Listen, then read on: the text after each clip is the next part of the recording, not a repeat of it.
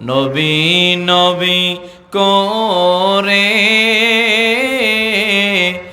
আর কত কাল আমি কাতব আপন নয়নে কবে জানি আপন নয়নে কবে জানি নূর নবীকে আমি দেখব নবী নবী করে আর কত কাল আমি কাতব সবাই আছে আমার তবু মনে হয় আমি একা ততদিন লাগবে একা যতদিন পাবো না নবীর দেখা নবীকে দেখে মনের সুখে নবীকে দেখে মনের সুখে কবে আমি হাসব নবী নবী করে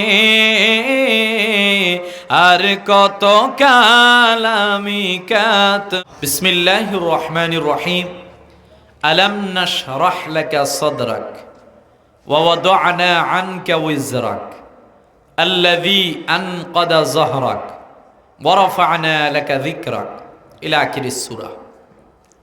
কোরআনুল কারীমের 114টি সূরার মাঝখানে সিরিয়ালগত 94 নাম্বার সূরা, সূরাটির নাম সূরা ইনশিরাহ। এই সূরার মধ্যে আল্লাহ রাব্বুল আলামিন 8টি আয়াত দিলেন। এই সূরাটি মক্কাতুল মুকাররমার মধ্যে আল্লাহ তাআলা নাজিল করলেন। এর মধ্যে 103টি বাক্য, বিশেষত এর মধ্যে 27টি বাক্য, 103টি অক্ষর রয়েছে। আমরা এর মাঝখানে 4টি আয়াতকে আবর্তন করে কিছু কথা বলা এবং শোনার জন্য চেষ্টা করব। আবারও বলেন ইনশাআল্লাহ। আল্লাহ প্রিয় নবীজি মুহাম্মদ আল আরাবী সাল্লাল্লাহু আলাইহি ওয়াসাল্লামের অ্যাটেনশন নিচ্ছেন। আল্লাহ বলছেন আলাম নাশরাহ লাকা সাদরাক। প্রিয় নবীজি মুহাম্মদ সাল্লাল্লাহু আলাইহি ওয়াসাল্লাম, আল্লাহ বলছেন আমি কি আপনার বক্ষদেশকে প্রসারিত করে দেই নাই? আল্লাহ তাআলা প্রিয় নবীজির কাছে জানতে চেয়েছেন। পরক্ষণেই বলছেন ওয়া ওয়াদা'না আনকা ওয়িজরাক, নবী গো আমি কি আপনার উপর হতে বোঝাকে লাঘব করে দেই নাই? 3 নাম্বার আল্লাহ বলছেন আল্লাযী আনকাদা যাহরাক, ইয়া রাসূলুল্লাহ সাল্লাল্লাহু আলাইহি ওয়াসাল্লাম ওই বোঝা যেই বোঝা আপনার পৃষ্ঠদেশকে ভেঙে দিচ্ছিল। 4 নম্বর আয়াতে আল্লাহ চমৎকার একটি কথা বললেন, ও হাবিব মুহাম্মদ সাল্লাল্লাহু আলাইহি ওয়াসাল্লাম ওয়া রাফা'না লাকা যিকরাক, আমি আল্লাহ আপনার সম্মান, আপনার ইজ্জত, আপনার রফাতকে বুলন্দ করে দিয়েছি। বলেন সুবহানাল্লাহ। আমার সম্মানিত হাজিরিন, এই সূরা কেন নাজিল হলো? ইমাম রাজির তাফসিরে কাবির আপনি খোলেন, বিশেষত ইমাম ইবনে কাসির রাহমাতুল্লাহ আলাইহি তাফসিরে ইবনে কাসিরের মধ্যে উল্লেখ করলেন আমার নবীজি সাল্লাল্লাহু আলাইহি ওয়াসাল্লাম আমার আল্লাহকে প্রশ্ন করলেন, ইয়া রব্বি আরিনিল্লাযী আকরামতা বিহি মুহাম্মদ সাল্লাল্লাহু আলাইহি ওয়াসাল্লাম। প্রিয় নবীজি আমার আল্লাহকে প্রশ্ন করলেন, মালিক আপনি কিভাবে আমাকে সম্মানিত করলেন, আপনি একটু আমাকে বলেন। রব্বুল আলামিন আপনি কোন নবীর জন্য এইটা মুজিজা দিলেন, কোন নবীর কণ্ঠস্বরকে আপনি চমৎকার করে দিলেন, কোন নবীকে আল্লাহ হাতের মধ্যে লাঠি দিয়ে মুজিজা প্রকাশিত করলেন, কোন নবীকে আল্লাহ আপনি পৃথিবীর রাজত্ব দিলেন। ইয়া রব্বি আরিনিল্লাযী আকরামতা বিহি মুহাম্মদ সাল্লাল্লাহু আলাইহি ওয়াসাল্লাম, আপনি একটাবার এর জন্য আমাকে জানিয়ে দেন আপনি কিভাবে আমাকে সম্মানিত করলেন। ফাআনজালাল্লাহু মিন সূরাতিল ইনশিরাহ, আল্লাহ রাব্বুল আলামিন সূরা ইনশিরাহ নাজিল করে জানাই দিলেন, প্রিয় বন্ধু তাম পৃথিবীর মানুষদেরকে আপনি জানিয়ে দেন, আলাম নাশরাহ লাকা সাদরাক, আমি কি আপনার বক্ষদেশকে প্রসারিত করে দেই নাই? ওয়া ওয়াদা'না আনকা ওয়িজরাক, আমি আল্লাহ কি আপনার বোঝাকে লাঘব করে দেই নাই? আল্লাযী আনকাদা যাহরাক, ওই বোঝা বন্ধু, যেই বোঝা আপনাকে আপনার পৃষ্ঠদেশকে ভেঙে দিচ্ছিল, চূড়ান্তভাবে আমার আল্লাহ একটা সুন্দর কথা বললেন, যা পৃথিবীর আমাদের উম্মতি মুহাম্মদীদের জন্য আনন্দের বিষয়। আল্লাহ ডাক দিয়ে বলেন, বন্ধু পৃথিবীর মানুষদেরকে জানাই দেন, ওয়ারাফা'না লাকা যিকরাক, আমি আল্লাহ, যেখানে আমি আল্লাহর নাম, সেখানে আপনি মুহাম্মদ সাল্লাল্লাহু আলাইহি ওয়াসাল্লামের নামকে সংযোজন করে দিলাম। হযরত আনাস বিন মালিক রাদিয়াল্লাহু তাআলা আনহু, তিনি আল্লাহর হাবিব সাল্লাল্লাহু আলাইহি সাল্লামের কাছে আসলেন, বিশেষত প্রশ্নটা করেছিলেন সাইয়েদনা আবু হুরায়রা রাদিয়াল্লাহু তাআলা আনহু। তিনি আল্লাহর হাবিব সাল্লাল্লাহু আলাইহি সাল্লামকে অনেক প্রশ্ন করতেন, কারণ আল্লাহর হাবিব সাল্লাল্লাহু আলাইহি সাল্লামের কাছ থেকে তিনি অনেক উত্তর জেনেছিলেন। তিনি আল্লাহর হাবিব সাল্লাল্লাহু আলাইহি সাল্লামের কাছে এসে প্রশ্ন করলেন, ইয়া রাসূলুল্লাহ সাল্লাল্লাহু আলাইহি ওয়াসাল্লাম, আপনি যে নবী, এটা চূড়ান্ত সত্য কথা, ইউনিভার্সাল ট্রুথ, তবে আপনি যে নবী, আপনার দ্বারা সর্বপ্রথম কি মুআজিজা প্রকাশিত হয়েছে, আপনি যদি আমাদের জন্য বলতেন। সুবহানাল্লাহ বলতেন না? আমার নবীজি ডাক দিয়ে বললেন, শোনো সাহাবীরা, তোমাদেরকে জানিয়ে দিলাম, আমার আল্লাহ রাব্বুল আলামিন আমার মাধ্যমে যেই সমস্ত মুআজিজা প্রকাশিত করলেন, রাইসুল মুফাসসিরিন আব্দুল্লাহ ইবনে আব্বাস রাদিয়াল্লাহু তাআলা আনহু বলেন, আমার বাবা হযরতে আব্বাস রাদিয়াল্লাহু তাআলা আনহু নবীজিকে প্রশ্ন করলেন, ইয়া রাসূলুল্লাহ, আপনার যেই দিন মিলাদ হলো, আমি আপনারকে কোলের মধ্যে করে নিয়ে ঘরের বাহিরে গেলাম। ইয়া রাসূলুল্লাহ সাল্লাল্লাহু আলাইহি সাল্লাম, রাত্রটার মধ্যে আমি যখন পূর্ণিমার চাঁদের নিচে দাঁড়ালাম, আমি আকাশের দিকে তাকিয়ে দেখতাম আকাশের পূর্ণিমার চাঁদ ধুলতেছে। আমি কারণ খুঁজে পেতাম না। আমি একবার খোঁজাখুঁজি শুরু করলাম, ঘটনা কি হয়েছে। নবীজি ডাক দিয়ে বললেন, চাচা, আপনাকে জানাই দিলাম, এই পৃথিবীর মধ্যে আমার কোনো খেলার সঙ্গী ছিল না। ওয়াসমাউ ওয়াজাবাত লাহু, নবীজি সাসাম ডাক দিয়ে বললেন, চাচা, আপনাকে জানাই দিলাম, আমার খেলার সঙ্গী দুনিয়ার কেউ ছিল না, আমার আল্লাহ। ওই যে আকাশের তারকা আছে, ওই যে আকাশের মধ্যে চাঁদ আছে, ওই চাঁদকে আল্লাহ তাআলা আমার খেলার সঙ্গী হিসাবে নিযুক্ত করলেন। আমার জন্মের পর আমি শাহাদাত আঙ্গুল মোবারক এইভাবে ঘুরাতাম, আর চাঁদ আমার কথা শুনে ডানে বামে দোলা শুরু করত। সাহাবীরা প্রশ্ন করলেন, হুজুর, আপনার কাছে জানতে চাই, আপনি বলেন আপনার প্রথম মুআজিজা কি? আল্লাহ হাবিব সাল্লাল্লাহু আলাইহি ওয়াসাল্লাম বলছেন, আমার তো অনেক মুআজিজা আছে, কয়টা জানতে চাও? প্রিয় নবীজি সাল্লাল্লাহু আলাইহি ওয়াসাল্লাম ডাক দিয়ে বলছেন, শোনো, আমার প্রথম মুআজিজা জানতে চাও? তৎকালীন জামানায় মক্কার মধ্যে একটা নিয়ম ছিল। নিয়মটা কি ছিল? কোন সন্তান যদি মক্কায় জন্মগ্রহণ করতো, ওই সন্তানদেরকে গ্রাম্য অঞ্চল, গ্রাম্য এলাকায় পাঠানো হতো অনেকগুলো কারণে। শুদ্ধ ভাষার জন্য, গ্রামের এই কোন দূষণমুক্ত পরিবেশ থেকে মুক্ত, কোলাহল মুক্ত জীবন গ্রহণ করার জন্য আরবের ট্র্যাডিশন ছিল সন্তানগুলোকে গ্রাম্য অঞ্চলে পাঠানো হতো। আপনারা জানেন, প্রিয় নবীজি সাল্লাল্লাহু আলাইহি ওয়াসাল্লামকে ওনার দাদা চাচারা মিলে আল্লাহর হাবিব সাল্লাল্লাহু আলাইহি ওয়াসাল্লামকে বনু সাদ গোত্রের মধ্যে মা হালিমাতুস সাদিয়ার ঘরের মধ্যে পাঠালেন। সুবহানাল্লাহ।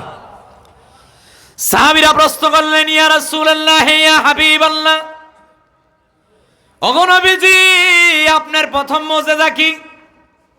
আল্লাহর হাবিব ডাক দিয়ে বললেন, শোনো রে, আমি যখন বনু সাদ গোত্রের মধ্যে ছিলাম, ওই বনু সাদ গোত্রের মধ্যে আমি একদিন মাঠের মধ্যে গেলাম। আমি দেখলাম ফেরেশতা আকারে কয়েকজন আমার সামনে আগমন করলো, আমাকে জমিনের মধ্যে শোয়ালেন, আমার বুকটাকে আলাদা করা হলো, বুকের ভিতর থেকে কি জানি বাহির করা হলো, আর কি জানি ঢুকানো হলো। আল্লাহর হাবিব সাল্লাল্লাহু আলাইহি ওয়াসাল্লাম বললেন, শোনো শোনো, বনু সাদ গোত্রের যুবকেরা দেখলো, আমার মাও দেখলো, আমার বনু সাদ গোত্রের সবাই দেখলো। আনাস বিন মালিক বলেন, ঘটনার সত্যতা এতটাই সত্যতা যে আমি 10 বছরের নবীজির খেদমত করেছিলাম, নবীজির খেদমত করতে আমি গিয়ে একদিন নবীজির বুক মোবারকের দিকে তাকিয়ে দেখলাম ওই যে ওপেন হার্ট সার্জারি করা হয়েছিল তার দাগটা আমি আনাস আমার নিজের চোখে দেখেছিলাম। বলেন সুবহানাল্লাহ। আমি নিজে দেখেছিলাম যে আল্লাহর হাবিব সাল্লাল্লাহু আলাইহি ওয়াসাল্লামের বুক মোবারককে আলাদা করা হয়েছিল। এটাকে পৃথিবীর সায়েন্সের ভাষায় বলা হয় ওপেন হার্ট সার্জারি। কি বলা হয় ভাই? মানে এই হার্ট যখন ব্লক হয়ে যায়, ডাক্তাররা এই ব্লককৃত হার্টকে এটা কৃত্রিমভাবে ওনারা এক ধরনের অপারেশনের মাধ্যমে এটার ভিতরে অনেক সময় রিং বসায়, মানে এইটাকে আবার গঠন করে দেয় যাতে ব্লকটা কেটে এটা চালু হয়ে যায়। এটাকে বলা হয় ডাক্তারের ভাষায় ওপেন হার্ট সার্জারি।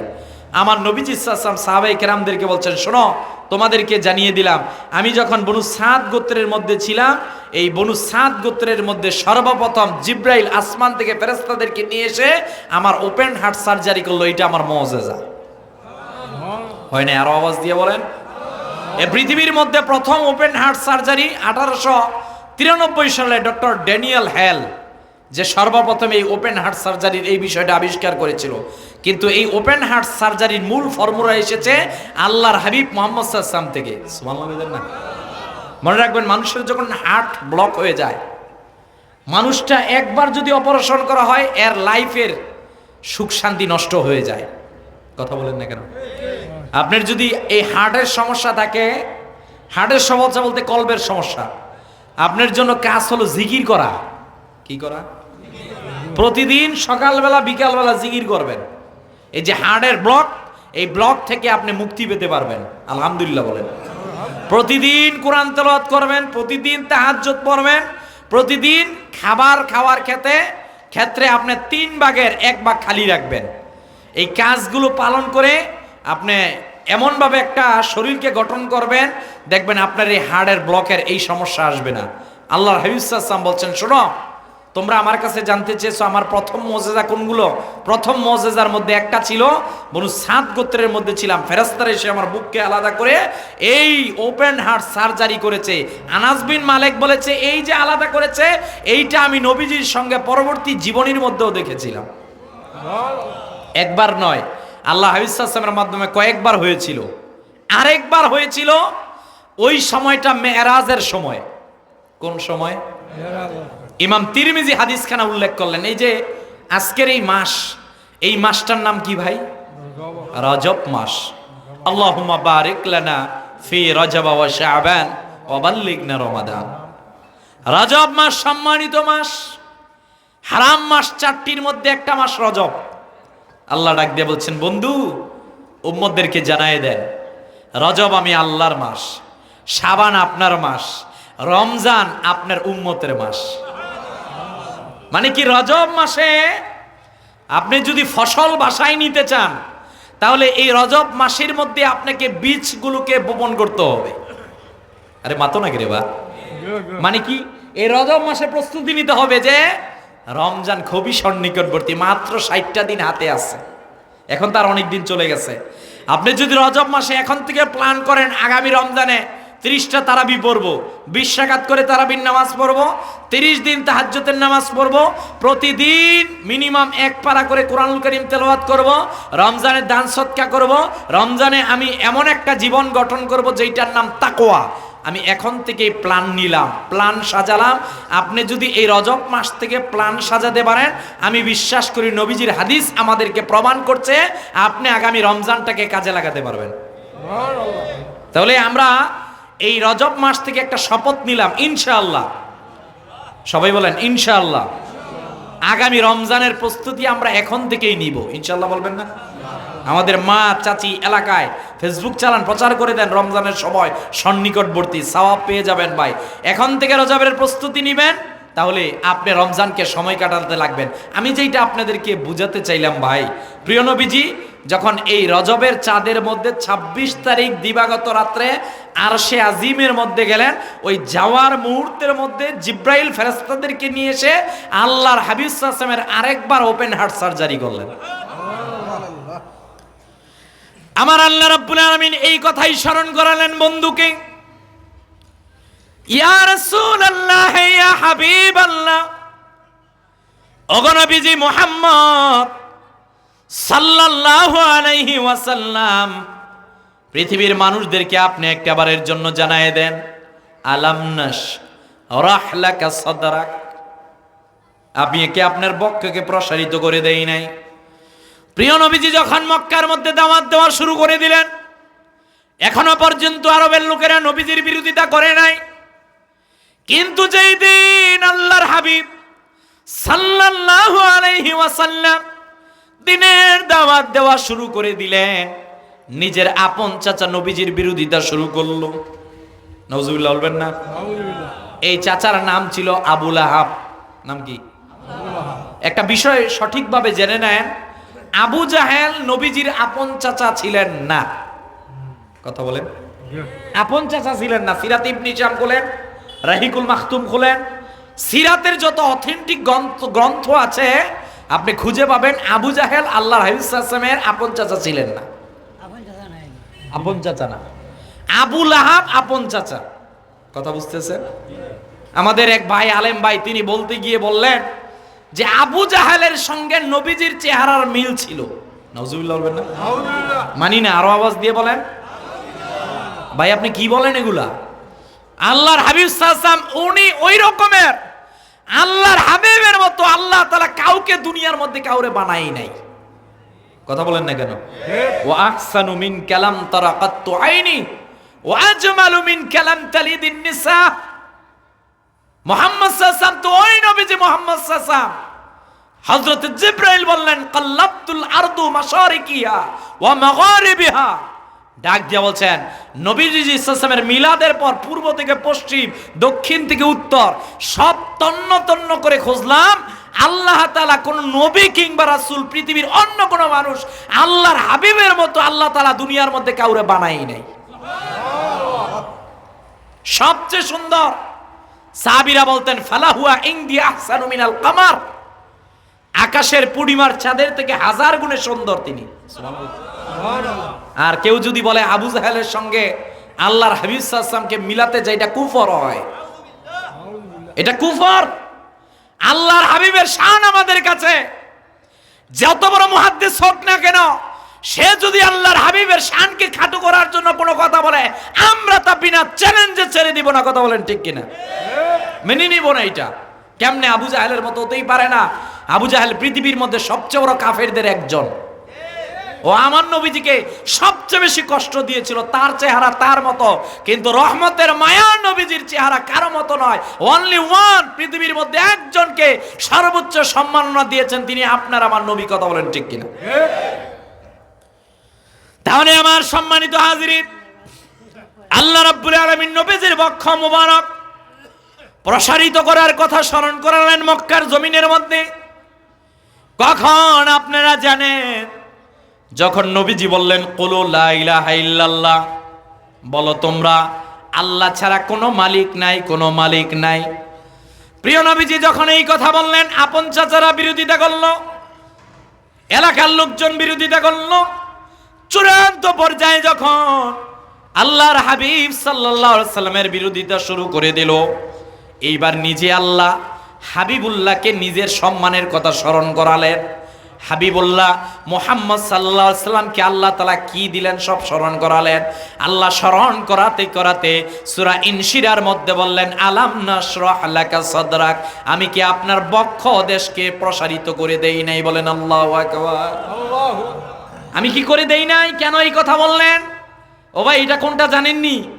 এই বক্ষ প্রসারিত অন্য কোন নবীর মাধ্যমে হয় নাই। এই বক্ষ প্রসারিত আল্লাহ এই কারণে করলেন, কারণ আদম থেকে ঈসা পর্যন্ত কোন নবী রাসূল আল্লাহর বাড়িতে যায় নাই। কথা বল না কে? এক জায়গায় গিয়ে জিব্রাইলও বলেছে আর যাওয়া যাবে না, আর যাইতে গেলে সামনে পড়ে যাব, শেষ হয়ে যাব, সুযোগ নাই। আল্লাহ কেন বক্ষকে প্রসারিত করে দিলেন? বক্ষকে প্রসারিত করে দিলেন এই কারণে, আরে হাবিব যেই জায়গায় আসবে ওইটার মধ্যে আরো পাওয়ার লাগবে, ওইটার মধ্যে যত পাওয়ার লাগে ফেরেশতারা তত পাওয়ার দিলেন। জিব্রাইল থেমে গেলেন, সবাই থেমে গেলেন।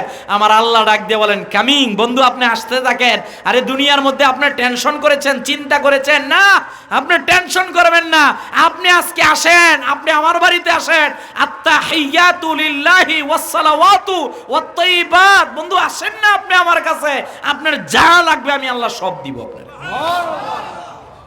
সব দিব আপনাকে। এটার নাম মেরাজের রাত্র। সুবহানাল্লাহ বলবেন না? সুবহানাল্লাহ। এই মেরাজ কারোর জন্য আসে নাই, কোন নবী রাসূলের জন্য আসে নাই। কথা কোন নাকি? পয়গম্বর মুসা সর্বোচ্চ এতটুক, কাল্লামাল্লাহু মুসা তাকলিমা। তুর পাহাড়ে গিয়ে তুরে সিনার মধ্যে আল্লাহর সাথে কথা বলেছিল, এতটুক। কিন্তু আল্লাহ রাব্বুল আলামিন বললেন, বন্ধু তুরে সিনার মধ্যে মুসা নবী আমার সাথে কথা বলেছিল, মেরাজের রজনীর মধ্যে আমার আল্লাহ প্রিয় নবীজি মুহাম্মদ সাল্লাল্লাহু আলাইহি সাল্লামকে একটা সুসংবাদ দিলেন, বন্ধুরে পৃথিবীর মানুষদেরকে আপনি জানিয়ে দেন, ইয়া রাসূলুল্লাহ ইয়া হাবিবাল্লাহ সাল্লাল্লাহু আলাইহি ওয়াসাল্লাম, আপনার উম্মত যদি যায় নামাজের মধ্যে নামাজের জন্য সিজদা দেয়, আমি আল্লাহর সাথে কথা বলতে দেরি হয় না, কথা বলতে দেরি হয় না। এইটার নাম মেরাজ। ওইটার কথা স্মরণ করাতে গিয়ে আল্লাহ বললেন, আলাম নাশরাহ লাকা সাদরাক, আমি কি আপনার বক্ষদেশকে প্রসারিত করে দেই নাই? মক্কার লোকেরা আপনার বিরোধিতা করেছে, আমি আপনাকে সান্ত্বনা দিয়েছি, চূড়ান্ত সান্ত্বনা দিয়েছি আমার বাড়ির মধ্যে নেই। সুবহানাল্লাহ বলতেন না? আল্লাযী আনকাদা যাহরাক, প্রিয় নবীজি মুহাম্মদ সাল্লাল্লাহু আলাইহি সাল্লাম আপনার পৃষ্ঠদেশ এই যে ভেঙে যাচ্ছিল, মানে ভারী বোঝা ছিল, এই বোঝা আমি দূর করে দিলাম। সুবহানাল্লাহ বলতেন না? আমার সম্মানিত হাজিরিন, এই আয়াতের তাফসীর লিখতে গিয়ে মুফাসসিরিনে কেরামগণ লিখলেন, আমাদের নবীজি সাল্লাল্লাহু আলাইহি সাল্লাম এই দুনিয়ার মধ্যে তিনি যখন আগমন করলেন, আরে পৃথিবীর মধ্যে সব মানুষ আগমন করে ওয়া ওয়া এই ধরনের শব্দ করে। আল্লাহর হাবিব সাল্লাল্লাহু আলাইহি ওয়াসাল্লামের প্রথম বাক্যটা ছিল উম্মতি উম্মতি। সুবহানাল্লাহ। আল্লাহর হাবিব সাল্লাল্লাহু আলাইহি ওয়াসাল্লাম আস্তে আস্তে তিনি যখন 40 বছরে আসলেন, গোটা পৃথিবী যখন অন্ধকারে আচ্ছন্ন ছিল, নবীজি দেখলেন শক্তির জোরে মুক্তি পায়, অর্থের জোরে মুক্তি পায়, গোটা পৃথিবী অন্ধকারে আচ্ছন্ন। আল্লাহর হাবিব সাল্লাল্লাহু আলাইহি ওয়াসাল্লাম 40 বছর থেকে আবার দাওয়াতের কার্যক্রম তিনি শুরু করে দিলেন। হায় হায়, তিনি যেখানে যায় উম্মতের কথা চিন্তা করেন। তিনি মক্কার মানুষদেরকে ডাক দিয়ে বললেন, শোনো মক্কার মানুষেরা, এই দুনিয়া কিন্তু স্থায়ী নয়, এই দুনিয়া থেকে তোমাদেরকে বিদায় নিয়ে চলে যেতে হবে। শোনো রে, তোমাদেরকে জানাই দিলাম, তোমরা যে লাত মানাত উজ্জা 360 মূর্তির ইবাদত করো, এগুলোর কারণে তোমাদের উপর বিপদ আসন্ন। শোনো, লাত মানাত উজ্জাতের ইবাদত থেকে দূরে সরে যাও। মক্কার মানুষেরা নবীজির বিরোধিতা শুরু করে দিল। আল্লাহর হাবিব সাল্লাল্লাহু আলাইহি সাল্লাম প্রথম অবস্থায় যে দিনের দাওয়াত দেওয়া শুরু করলেন, নবীজি দিনের দাওয়াত দেওয়া শুরু করলেন। একে একে আবু বকর রাদিয়াল্লাহু তাআলা আনহু, সাইয়েদনা আলী রাদিয়াল্লাহু তাআলা আনহু, হযরতে এই রকমের সাহাবায়ে কেরামগণ নবীজির হাতে হাত রেখে গোপনীয়ভাবে মুসলমান হওয়া শুরু হয়ে গেলেন। সুবহানাল্লাহ। আল্লাহর হাবিব সাল্লাল্লাহু আলাইহি সাল্লামকে আল্লাহ বড় দায়িত্ব দিয়ে বানালেন। ইয়া আইয়ুহান নাবিয়্যু ইন্না আরসালনাকা শাহিদান ওয়া মুবাশশিরান ওয়া নাযীরা ওয়া দাঈয়ান ইলাল্লাহি বিইযনিহি ওয়া সিরাজাম মুনীরা।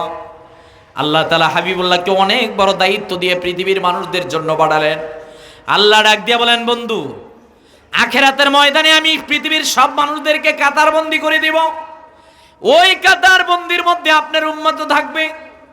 ইয়া রাসূলুল্লাহ, ইয়া হাবিবাল্লাহ, প্রত্যেক নবীরা যার যার উম্মতের সামনে দাঁড়াবে, আপনাকেও কিন্তু দাঁড়াতে হবে। আল্লাহ যখন এই পয়গাম্বর দিলেন, আমার নবীজি তখন থেকে কোনো একদিনও উম্মতের টেনশন ছাড়া কোথাও থাকতেন না। বলেন আল্লাহু আকবার। নবীজির দাওয়াত তো ছিল এইটা, এই মক্কাবাসীরা আল্লাহর ইবাদত করো, যদি আল্লাহর ইবাদত না করো শাস্তি আছে। পূর্বে আদ জাতিকে ধ্বংস করেছেন, সামুদ জাতিকে ধ্বংস করেছেন, মাদিয়ান জাতিকে ধ্বংস করেছেন, আমালেকা জাতিকে ধ্বংস করেছেন। এই প্রত্যেক জাতির এক একটা গুনাহের কারণে আল্লাহ পুরো জাতিকেই ধ্বংস করে দিয়েছেন। কিন্তু শোনো, তোমরা আমার উম্মত, আমি 24 ঘন্টা দিন রাত্রে তোমাদের ফিকির করি। ফিকিরটা কি রকমের? ফিকিরটা এই রকমের, নবুয়াত যখন প্রকাশিত হলো আল্লাহর হাবিব সাল্লাল্লাহু আলাইহি ওয়াসাল্লাম সবাইকে ফার্স্ট চান্সে বুঝাতেন, শোনো অন্যায়ের পথে যাবা না, সরল পথে ফিরে আসো, সরল পথে যে ফিরে আসবা তার জন্য আছে জান্নাত। সুবহানাল্লাহ। তার জন্য কি আছে ভাই?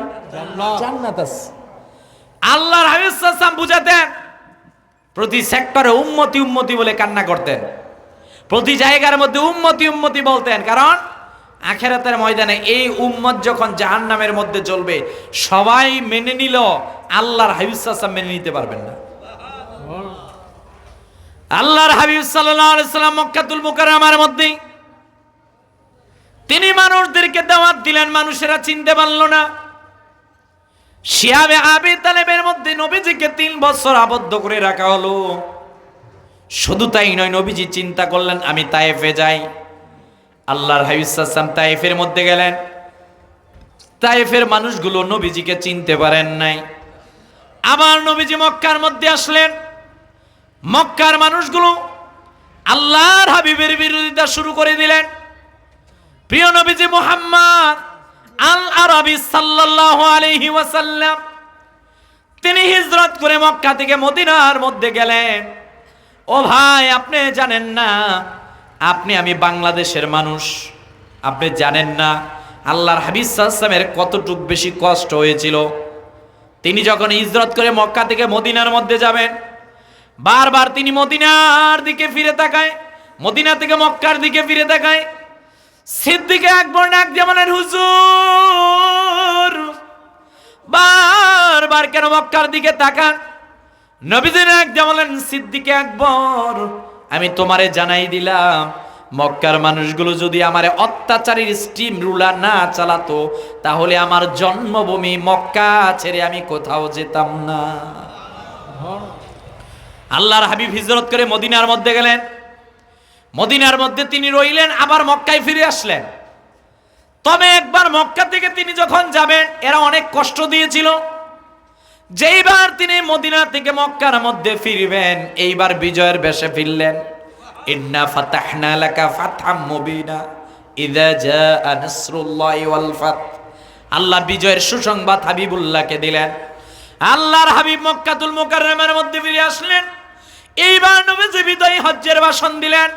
আল্লাহ রাব্বুল আলামিন নাযিল করলেন, আল ইয়াউমা আকমালতু লাকুম দীনাকুম ওয়া আতমামতু আলাইকুম নি'মাতি ওয়া রাদিতু লাকুমুল ইসলাম দীনা। বলেন আল্লাহু আকবার। ইসলামকে আল্লাহ পরিপূর্ণ করে দিলেন। এইবার নবীজির দুনিয়া থেকে চলে যাওয়ার মুহূর্তের মধ্যে আম্মা জান আয়েশা বলেন, আমি ছিলাম নবীজির কাছে। হযরতে ফাতেমা বলেন, আমিও ছিলাম নবীজির কাছে। সিদ্দিক আকবর বলেন, আমিও ছিলাম নবীজির কাছে। আহারে রহমতের নবীজি দুনিয়া থেকে বিদায় নিয়ে চলে যাবেন অন্তিম শয্যায়। আল্লাহর হাবিব পরিবারের সবাই চিন্তা করলেন, আহলে বাইতের সবাই চিন্তা করলেন, নবীজি হয়তোবা এই মুহূর্তের মধ্যে চলে যাওয়ার আগ মুহূর্তের মধ্যে স্ত্রীদের কথা বলবেন, সন্তানদের কথা বলবেন, পরিবারের কথা বলবেন, বংশের কথা বলবেন। আল্লাহর হাবিব সাল্লাল্লাহু আলাইহি ওয়াসাল্লাম দুনিয়া থেকে চলে যাবেন। জিবরাইল আগমন করলেন। জিবরাইল ডাক দিয়ে বললেন, হুজুর আপনি দুনিয়া থেকে বিদায় নিয়ে চলে যাবেন, আর কি কোনো কিছু চাওয়ার আছে কিনা? নবীজি জিবরাইলকে ডাক দিয়ে বললেন, জিবরাইল রে, আমি দুনিয়া থেকে চলে যাব কথা ঠিক, তবে আমি দুনিয়া থেকে চলে যাওয়ার মুহূর্তের মধ্যে পরবর্তীতে আমার উম্মতের দায়িত্বটা কে নিবে? যেই দিন নবীজি মেরাজের মধ্যে গেলেন, আল্লাহর সাথে কথা বললেন, 50 ওয়াক্ত থেকে 5 ওয়াক্ত নামাজ নিলেন, উম্মতের জন্য জান্নাতের সুসংবাদ নিলেন। হায় হায়, সব কিছু নিয়ে যখন চলে আসবে, আমার নবীজি প্রথম যখন আল্লাহর বাড়িতে গেলেন, আল্লাহ তাআলা ইস্তেকবাল নিজে জানালেন। আল্লাহ নিজে ইস্তেকবাল জানিয়ে বন্ধুরে জানিয়ে দিলেন, বন্ধুরে কি লাগবে? আমার নবীজি তখন আল্লাহর সামনে বলেছেন, আমার উম্মত লাগবে। হয় না? আরো আওয়াজ দিয়ে বলেন। নবীজি এই দুনিয়া থেকে আল্লাহর বাড়িতে গেলেন, উম্মতের কথা বললেন। নবীজি দুনিয়া থেকে বিদায় নিয়ে চলে যাবেন, তখন উম্মতের কথা বললেন। মুহাদ্দিসিনে কেরামগণ হাদিস লিখছেন, আল্লাহর হাবিব বলছেন, শোনো রে, তোমাদেরকে জানাই দিলাম, ইসরাফিল যখন তিনটা সিংহায় ফুৎকার দিবে, সবাই যখন যার যার কবর থেকে উঠবে, সর্বপ্রথম আমি আনা মুহাম্মদ ইবনে আব্দুল্লাহ মুহাম্মদ সাল্লাল্লাহু, আমি রওজা শরীফ থেকে উঠবো। আমি রওজা শরীফ থেকে প্রথম উঠে বলবো, আমার উম্মত কোথায়? আল্লাহ স্মরণ করালেন, আলাম নাশরাহ লাকা সাদরাক, আমি কি আপনার বক্ষকে প্রসারিত করে দেই নাই? ওয়াওয়াদানা আনকা উযরাক, বন্ধু তাম পৃথিবীর মানুষদেরকে জানাই দেন, আমি আপনার হতে বোঝাকে লাঘব করে দিয়েছি। বন্ধু, আপনার উম্মতের দায়িত্ব আমি নিলাম।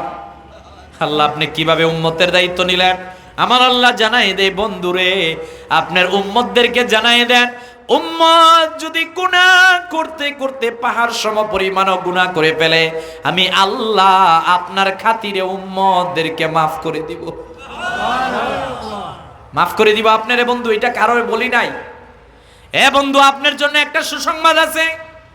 সামান্য জেনার কারণে একটা জাতিকে ধ্বংস করেছিলাম, সামান্য মিথ্যা বলার জন্য জাতিগুলোকে ধ্বংস করে দিয়েছিলাম। এ বন্ধু, আপনি যখন দুনিয়া থেকে বিদায় নিয়ে চলে যাবেন, আপনাকে মদিনাতুল মুনাওয়ারার মধ্যে রাখা হবে রে বন্ধু। আপনার মদিনাতুল মুনাওয়ারার মাটিটা পৃথিবীর মধ্যে শ্রেষ্ঠ মাটি। সুবহানাল্লাহ। এ বন্ধু, পৃথিবীর মানুষদেরকে আপনি জানাই দেন, আপনি যতক্ষণ এই পৃথিবীর মধ্যে থাকবেন বন্ধু, আপনার ক্ষেত্রে আমি ওয়াদা দিলাম, একত্রে এই পৃথিবীকে আমার আল্লাহ ধ্বংস করে দিবেন না।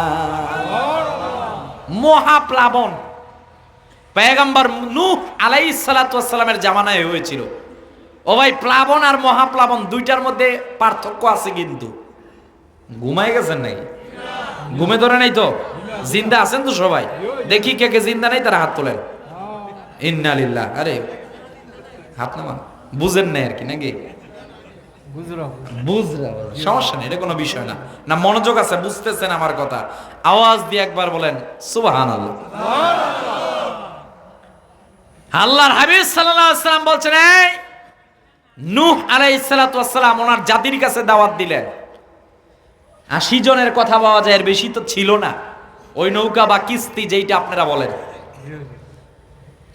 হযরত মূসা নূহ আলাইহিস সালাতু ওয়াস সালামের জামানার মধ্যে এই নৌকার উপরে যারা উঠেছিল এদেরকে আল্লাহ সেভ করেছিলেন, আর গোটা পৃথিবীকে আল্লাহ মহাপ্লাবন দিয়ে ধ্বংস করে দিয়েছিলেন। বাড়ির উপরে পানি, ডানে পানি, বামে পানি, সামনে পানি, পিছনে পানি, সব জায়গায় পানি। সেভ আছে একটা জায়গা, নূহ আলাইহিস সালাতু ওয়াস সালামের নৌকা। সুবহানাল্লাহ। আমার নবীজি যখন দুনিয়া থেকে চলে যাবেন, আল্লাহ বললেন, বন্ধু আপনার উম্মতের জন্য সুসংবাদ আছে, আপনি মদিনার থাকবেন, আমি একত্রিতভাবে গোটা পৃথিবীকে ধ্বংস করে দিব না। মানে মহাপ্লাবন হবে না। এই যে দেখেন ভূমিকম্প হয়, দেখবেন বাংলাদেশে হয়, আবার মায়ানমারে হয় না, মায়ানমারে হয়, পাকিস্তানে হয় না, পাকিস্তানে হয়, আমেরিকায় হয় না। কথা বলেন ঠিক কিনা? মানে কি একসাথে হবে না। আর পৃথিবীর মধ্যে সবচেয়ে নিরাপদ জোন, সেফ জোন, এটা হলো মদিনাতুল মুনাওয়ারা, আর একটা হচ্ছে মক্কাতুল মুকাররমা। বলেন আল্লাহু আকবার। আপনি জানেন না, অভারিত সেখানে রহমত নাজিল হচ্ছে, যেখানে আমার নবীজি শুয়ে আছেন। আল্লাহ রাব্বুল আলামিন বলেন, বন্ধু 3 নাম্বার আমি জানাই দিলাম আপনাকে, আল্লাযী আনকাযা যাহরাক, যা আপনার পৃষ্ঠদেশকে ভেঙে দিচ্ছিল, মানে কি উম্মতের চিন্তা করতে করতে নবীজি যখন দাওয়াত দিলেন, প্রথম অবস্থায় সবাই নবীজির বিরোধিতা শুরু করে দিল, কিন্তু না, আল্লাহ তাআলা এমন এমন কিছু সাহাবীদেরকে নবীজির জন্য তৈরি করে দিলেন। ওই সাহাবায়ে কেরামগণ নবীজির কাছে এসে বললেন, হুজুর জীবন দিয়ে দিব, কিন্তু আপনাকে ছাড়তে পারবো না। জীবন দিয়ে দিব, কিন্তু আপনাকে ছাড়তে পারবো না। এটা আল্লাহর হাবিব সাল্লাল্লাহু আলাইহি ওয়াসাল্লাম থেকে বোঝাগুলোকে আল্লাহ লাঘব করছেন। এরকমের কয়েকজনের কথা বলি। একজনের নাম সিদ্দিক আকবর, হযরতে আবু বকর রাদিয়াল্লাহু তাআলা, সুবহানাল্লাহ না? আর একজনের নাম সাইয়েদনা ওমর ফারুক রাদিয়াল্লাহু তাআলা। তিনি যখন মুসলমান হলেন, কাফেরদের পিঠ ভেঙে গেল। আল্লাহর ঘরের কাবার সামনে গিয়ে বলে, আমি মুসলমান। এরা চিন্তা করলো মুসলমান মানে তোমারে পাঠাইছি মুহাম্মদ সাল্লাল্লাহু আলাইহি ওয়াসাল্লামের মাথা কেটে আনার জন্য। নাউজুবিল্লাহ বলবেন না? তোমাকে পাঠাইলাম তোমারে পুরস্কৃত করব, তুমি এটা কি বলছো? বলেছিল গিয়েছি মুহাম্মদ সাল্লাল্লাহু আলাইহি ওয়াসাল্লামকে হত্যা করার জন্য, আল্লাহর হাবিবের চেহারা দেখে মুসলমান হয়ে ফিরেছি। আল্লাহর ঘর কাবার সামনে দাঁড়িয়ে তিনি ভাষণ দিয়ে বললেন, শোনো, আজকে থেকে কেউ যদি আল্লাহর হাবিবের শানে কটূক্তি করে, কেউ যদি মুহাম্মদ সাল্লাল্লাহু আলাইহি ওয়াসাল্লামের দাওয়াতের বিরোধিতা করে, কেউ যদি আল্লাহর হাবিব সাল্লাল্লাহু আলাইহি ওয়াসাল্লামকে নিয়ে বিন্দুমাত্র বেয়াদবি করে, আমি ওমরের নাঙ্গা তরবারি কোষবদ্ধ থাকবে না, আমি ওমরের তরবারি বাহির করে তার সঙ্গে ফয়সালা করব। সাইয়েদনা ওমর মুসলমান হয়ে গেলেন। হায় হায়, এটা কি ঘটনা! ওমর মুসলমান হয়ে গেল মানে কি? বলছে আরবের বিদ কেঁপে উঠেছে। হ্যাঁ, আল্লাহ বলছেন, বন্ধু আপনার উপর অনেক বোঝা ছিল, আমি এগুলোকে দূরে সরিয়েছি। কেমন? আপনার জন্য সাহাবী দিলাম আবু বকর, আপনার জন্য সাহাবী দিলেন ওমর রাদিয়াল্লাহু তাআলা আনহু, সাহাবী দিলাম ওসমান, সাহাবী দিলাম আলী রিদওয়ানুল্লাহি তাআলা আলাইহিম আজমাইন। বলেন সুবহানাল্লাহ। ও বন্ধু, আপনার জন্য একজন জীবন সঙ্গিনী দিলাম, যার নাম খাদিজা আত-তাহেরা আল বাতুল। বলেন সুবহানাল্লাহ। শিয়াবে আবি তালেবের মধ্যে নবীজি আবদ্ধ, হযরতে খাদিজার সঙ্গে নবীজির বিয়ে হয়েছে। হায় হায়, গোটা আরবের মানুষগুলো নবীজিকে বয়কটের সিদ্ধান্ত নিয়েছেন। কত নিকৃষ্ট ঘৃণিত একটা কাজ আরবের লোকেরা করলো। সবাই নবীজিকে ছেড়ে চলে যাচ্ছে। হযরতে খাদিজা ডাক দিয়ে বললেন, হুজুর আপনি টেনশন করবেন না, সবাই যদি আপনারে ছেড়েও চলে যায়, আমি খাদিজা আপনারে ছেড়ে যাব না। সবাই ছেড়ে গেলাম, আমি ছেড়ে যাব না। আল্লাহ বলছেন, আল্লাযী আনকাযা যাহরাক। এ বন্ধু, ওই চিন্তাগুলো আপনাকে এমন কঠিনতম জায়গায় ফেলে দিচ্ছিল, কিন্তু আমি এইবার যখন আপনার জন্য সাইয়েদনা ওমরকে দিলাম, আবু বকরকে দিলাম, ওসমানকে দিলাম, আলীকে দিলাম, তালহাকে দিলাম, আবু উবাইদা ইবনুল জাররাহকে দিলাম রাদিয়াল্লাহু তাআলা আনহুম, এরকমের সাহাবীদেরকে যখন আপনার জন্য দিলাম, আপনার কেমন লেগেছে? আমার নবীজি বলছেন, এরা আমার ডানে বামে সামনে পিছনে দাঁড়িয়ে রয়েছে। এরা ডাক দিয়ে বলছেন, হুজুর জীবন দিব, গলা দিয়ে দিব, কিন্তু ঈমান দিব না। এইভাবে আল্লাহ রাব্বুল আলামিন হাবিবের কথা স্মরণ করালেন। আল্লাহর হাবিব যখন বললেন, ইয়া রাব্বি আরিনিল্লাযী আকরামতা বি, মুহাম্মদ সাল্লাল্লাহু আলাইহি ওয়াসাল্লাম, আল্লাহ আপনি একটু বলেন না আপনি আমার কিভাবে সম্মান বৃদ্ধি করলেন। এইবার 4 নাম্বার আয়াতে আমার আল্লাহ পৃথিবীর মানুষদেরকে জাগ দিয়া বললেন, শোনো রে পৃথিবীর মানুষেরা, তোমাদেরকে একটা বারের জন্য জানাই দিলাম, আমি আমার বন্ধুর ক্ষেত্রে একটা কথা বললাম, ওয়া রাফা'না লাকা যিকরাক, আমার বন্ধুর সম্মান ইজ্জত মর্যাদাকে আমি আল্লাহ বুলন্দ করে দিলাম। আল্লাহর হাবিব চাইছেন কিভাবে সম্মান বুলন্দ করে। এইবার আমি একটা হাদিস বলি, হাদিসটা সুনানে আবু দাউদের মধ্যে এসেছে। হাদিসটা আজ থেকে প্রায় 1000 বছর আগে কাজী আইয়াস কিতাবুশ শিফার মধ্যে উল্লেখ করেছেন। জিবরাইল এসে বলেন আল্লাহ পাঠিয়েছেন। কে পাঠিয়েছেন? আল্লাহ। আতাদরি কাইফা রাফা আল্লাহু তাআলা যিকরাক, আপনি জানেননি প্রিয় নবীজি মুহাম্মদ সাল্লাল্লাহু আলাইহি ওয়াসাল্লাম আল্লাহ কিভাবে আপনার সম্মান বৃদ্ধি করেছেন? আমার নবীজি একটা কথা বলেন, আল্লাহু আ'লাম, আল্লাহই ভালো জানেন। সাইয়েদনা জিবরাইল আলাইহিস সালাতু ওয়াস সালাম আল্লাহর কাছে চলে গেলেন। মালিককে ডাক দিয়ে বললেন, মালিক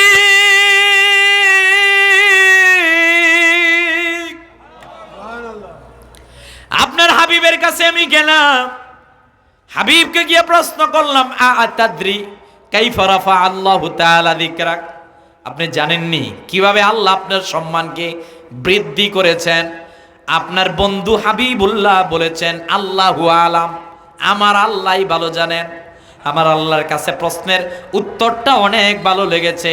আল্লাহ ডাক দিয়া বলেন, জিবরাইল যাও যাও যাও, হাবিবুল্লাহরে জানাই দাও, পৃথিবীর মানুষদেরকে তুমি জানাই দাও, ইযা যুকিরতু যুকিরতা মাই, হাবিব রে জানায়ে দাও আমি হাবিবুল্লাহর সম্মান এত দিলাম, আজানে হাবিবুল্লাহর নামের পাশে আমার নাম, ইকামতে আমার নামের পাশে হাবিবুল্লাহর নাম, নামাজ যখন পড়তে যায় তখনও হাবিবুল্লাহর নাম, মানুষ জন্মগ্রহণ করলে ডান কানে আজান বাম কানে ইকামত তখনও হাবিবুল্লাহর নাম, মানুষের বিয়ের খুতবার মধ্যেও আছে হাবিবুল্লাহর নাম। এমনকি হাবিবুল্লাহর উম্মতদেরকে যখন কবরের মধ্যে নামানো হবে তখনও বলবে বিসমিল্লাহি ওয়া আলা মিল্লাতি রাসূলিল্লাহ। আসেনি আপনার দিকে? বলে না ভাই বিসমিল্লাহি ওয়া মিল্লাতি রাসূলিল্লাহ, আমার রাসূলের কাছে আমার রাসূলের নামে। আরে ভাই দেখেন, আল্লাহর নামের পাশে আরেকটা নাম নিলে এটা হবে শিরক। কথা বলেন না কে? আল্লাহর সাথে কোনো শিরক করা যাবে? কুল হুয়াল্লাহু আহাদ আল্লাহুস সামাদ লাম ইয়ালিদ ওয়া লাম ইউলাদ ওয়া লাম ইয়াকুল লাহু কুফুয়ান আহাদ।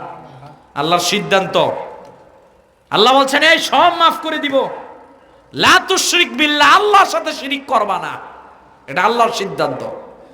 কিন্তু আপনার মসজিদের মধ্যে আল্লাহর পাশে মোহাম্মদ, আল্লাহ বলছেন এটা শিরিক না। নাকি আবার ওই গ্রুপ ভাই, এক গ্রুপ এখন বার হয়ে গেছে আমাদের ভাইয়েরা, আমাদের দুশ্মন কেউ না, আমরাও চাই তারা হেদায়েতের পথে আসুক। এরা বলে আল্লাহর নামের পাশে মোহাম্মদ লিখলে এটা শিরিক হয়ে যায়, হয় না? আরো আওয়াজ দিয়ে বলে। এরা বলে বাংলাদেশের যত মসজিদ আছে যেখানে আল্লাহ আছে পাশে মোহাম্মদ সব কেটে ফেলে দাও। এদের ব্যাপারে আমার নবীজি সুনান তিরমিজি 2200, আমি যদি ভুল না বলি 13 নম্বর হাদিসের মধ্যে সতর্কবাণী দিয়েছিলেন 1500 বছর আগে। নবীজি বলছেন 15টা বিষয় যখন সমাজে আসবে তখন ভূমিকম্প হবে। এর মধ্যে একটা হচ্ছে ওয়ালা আনা আখিরু হাযিল উম্মাতু আউওয়ালাহা, শেষ জামানার লোকেরা প্রথম জামানার লোকদেরকে গালাগালি করবে, অবিসম্বাদ করবে। এরা আমরা যখন নারায়ে রিসালাতের স্লোগান দেই এরা বলবে দিবা না, শিরিক হবে। নাউজুবিল্লাহ বলবেন না? আমরা যখন মসজিদে, আপনাদের মসজিদে আসেনি ভাই আল্লাহর নামের পাশে মোহাম্মদ সাল্লাল্লাহু আলাইহি ওয়াসাল্লাম আছেনি ভাই, এরা বলে কেটে ফেলে দাও। নাউজুবিল্লাহ বলবেন না? সাবধান, এই দুঃসাহস দেখাতে আসবা না। এইটা শাহজালালের জমিন, বাবা শাহপরানের জমিন, আল্লামা সাহেব কেবলা ফুলতুলি সহ হক্কানি আল্লাহর ওলিরা এই জমিনকে আবাদ করেছেন। আমরা আবহমান কাল থেকে কোরআনকে সামনে নিয়ে, হাদিসকে সামনে নিয়ে আল্লাহর নামের পাশে মুহাম্মদ সাল্লাল্লাহু আলাইহি ওয়াসাল্লাম লিখি। কেউ যদি ওই মুহাম্মদ সাল্লাল্লাহু আলাইহি ওয়াসাল্লামকে কাটতে আসে ওই হাতকে আমরা ভেঙে চুরমার করে দিব। কথা বলেন ঠিক কিনা? ওই হাত কেটে চুরমার করে দিব। তুমি কেন আঙ্গুল তোড়ছ? পূর্বসূরি যিনারা আমাদের ছিলেন ওনারা ভুলেছিলেন না। কথা কন না কেন? বাবা শাহজালাল ইয়ামিনী রহমাতুল্লাহ আলাইহি যদি দাওয়াত না দিত আমরা বিধর্মী থাকতাম। মাইনুদ্দিন চিশতি রহমাতুল্লাহ আলাইহি যদি দাওয়াত দিয়ে 90 লক্ষ মুসলমান না বানাতেন এই ভারতবর্ষ হিন্দু থাকতো। কেমন করে আল্লাহর ওলিদের অবদান আমরা ভুলে যাই ভাই? প্লিজ, আমরা আমাদের কেউ দুশ্মনী না, কারো সাথে আমাদের শত্রুতা নাই, তবে নবীজির সম্মান নিয়ে কেউ টানাটানি করলে তাকে আবার ছেড়েও দিব না।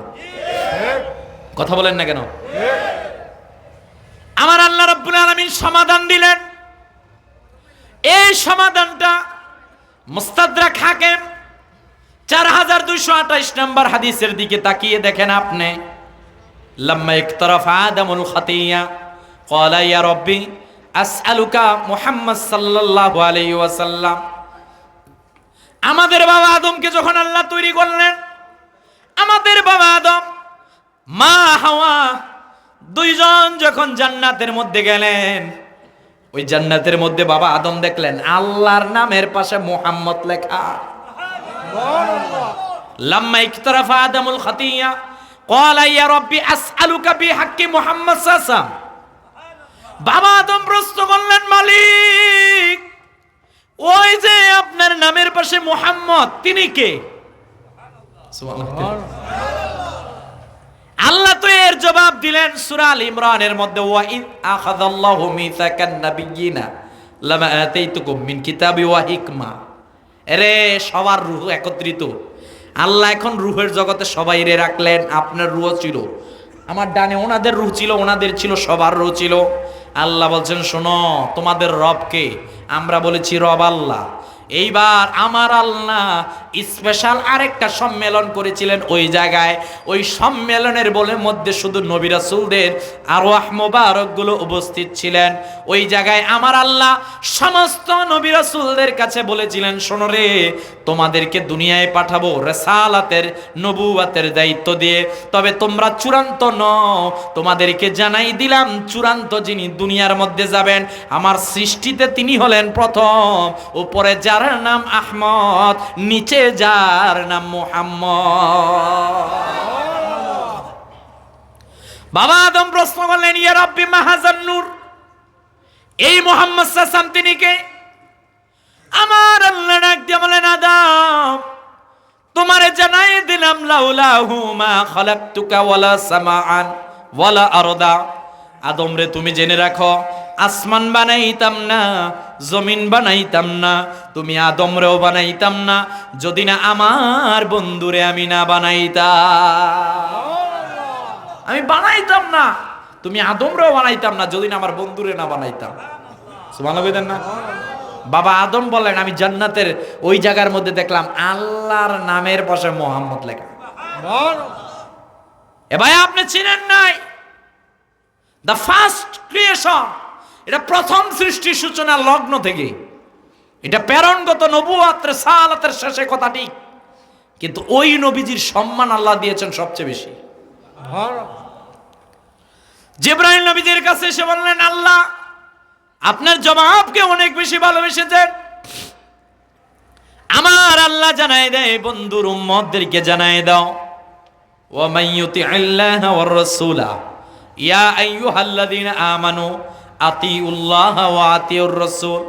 এই রকমের কোরআনের মধ্যে অসংখ্য জায়গার মধ্যে আল্লাহর আনুগত্য আর রাসূলের আনুগত্যের কথা আল্লাহ বললেন। চূড়ান্ত একটা কথা পৃথিবীর মানুষদেরকে বললেন ওয়ালাউ আন্নাহুম ইয যালামু আনফুসাহুম জাউকা। আল্লাহ চূড়ান্ত একটা কথা বললেন যদি গুনাহ হতে হতে পাহাড় সমপরিমাণও গুনাহ হয়ে যায়, ও বনি আদম তোমরা যদি আমার হাবিবুল্লাহ মুহাম্মদ সাল্লাল্লাহু আলাইহি ওয়াসাল্লামের কাছে আসতে পারো, আমার রাসূল যদি সুপারিশ করে আমি মাফ করে দিব। এজন্য আমাদের একটা আকীদা হচ্ছে মুহাম্মদ সাল্লাল্লাহু আলাইহি ওয়াসাল্লাম আখিরাতের ময়দানে শাফাআত করবেন। কি করবেন ভাই? ইমাম শামসুদ্দিন যাহাবী ওনার কিতাবের মধ্যে উল্লেখ করলেন এই শাফাআতটা 7 ধরনের। কয় ধরনের? এইটা রাখেন, অন্য হাদিসগুলোর মধ্যে জাস্টিফাই করলে দেখা যায় আখিরাতের ময়দানে মুহাম্মদ সাল্লাল্লাহু আলাইহি ওয়াসাল্লাম 10 ধরনের সুপারিশ করবেন। কয় ধরনের? Can you imagine? আপনি চিন্তা করতে পারতেছেন? হ্যাঁ, চূড়ান্ত কথা এইটা ভাই। এখানে কেউ আছেন বুকের মধ্যে হাত দিয়ে বলতে পারবেন হুজুর আমার জীবনে কোনো গুনাহ নাই? থাকলে বলেন আপনার কাছে আমি মুড়ি দেবো। সবার জীবনে কিছু না কিছু গুনাহ আছে, কথা বলেন ভাই। তবে গুনাহ করে নিরাশ হওয়া যাবে না। লা তাকুনাতু মির রাহমাতিল্লাহ। গুনাহ যখনই হয়েছে ফিরে আসো রবের দিকে, যখনই গুনাহ হয়েছে ফিরে আসুন আল্লাহর দিকে। আপনি যখনই ফিরে আসবেন তখনই আল্লাহ রাব্বুল আলামিন মুহূর্তের মধ্যে আপনার জীবনের গুনাহ মাফ করে দিবেন। ও ভাই আজকে ইংরেজি কত তারিখ? কয় তারিখ? ঘুমে ধরছে নাকি আপনাদের? 31 ডিসেম্বর।